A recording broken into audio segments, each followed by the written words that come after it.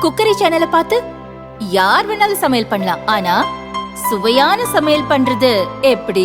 நான் இதயம் நல்லெண்ணெயில சமையல் பண்றேன். ஆஹா ஓஹோன்னு பாராட்டுறாங்க. நீங்களும் இதயம் நல்லெண்ணெயில சமையல் பண்ணுங்க, பாராட்ட வாங்குங்க. தினம் தோறும் வாங்குவே இதயம் இதயம். சென்னை போரூரை அடுத்த காரம்பாக்கத்தைச் சேர்ந்தவர் சாந்தி. இவர் சொந்த வீட்டின் தரைதளத்தில் தனியாக வசித்து வந்தார். இன்று அதிகாலை மர்ம ஆசாமி சாந்தி வீட்டின் காலிங் பெல்லை அழுத்தி உள்ளார். சாந்தி கதவை திறந்து பார்த்தபோது திடீரென மர்ம ஆசாமி மயக்க மருந்தை தெளித்தார். சாந்தியின் வாயை பொத்தி கை கால்களை கட்டி மூச்சையடைய வைத்தார். சாந்தி அணிந்திருந்த 10 பவுன் நகை மற்றும் பீரோவிலிருந்து 15 பவுன் என 25 பவுன் நகைகளை கொள்ளையடித்து மர்ம ஆசாமி தப்பினார்.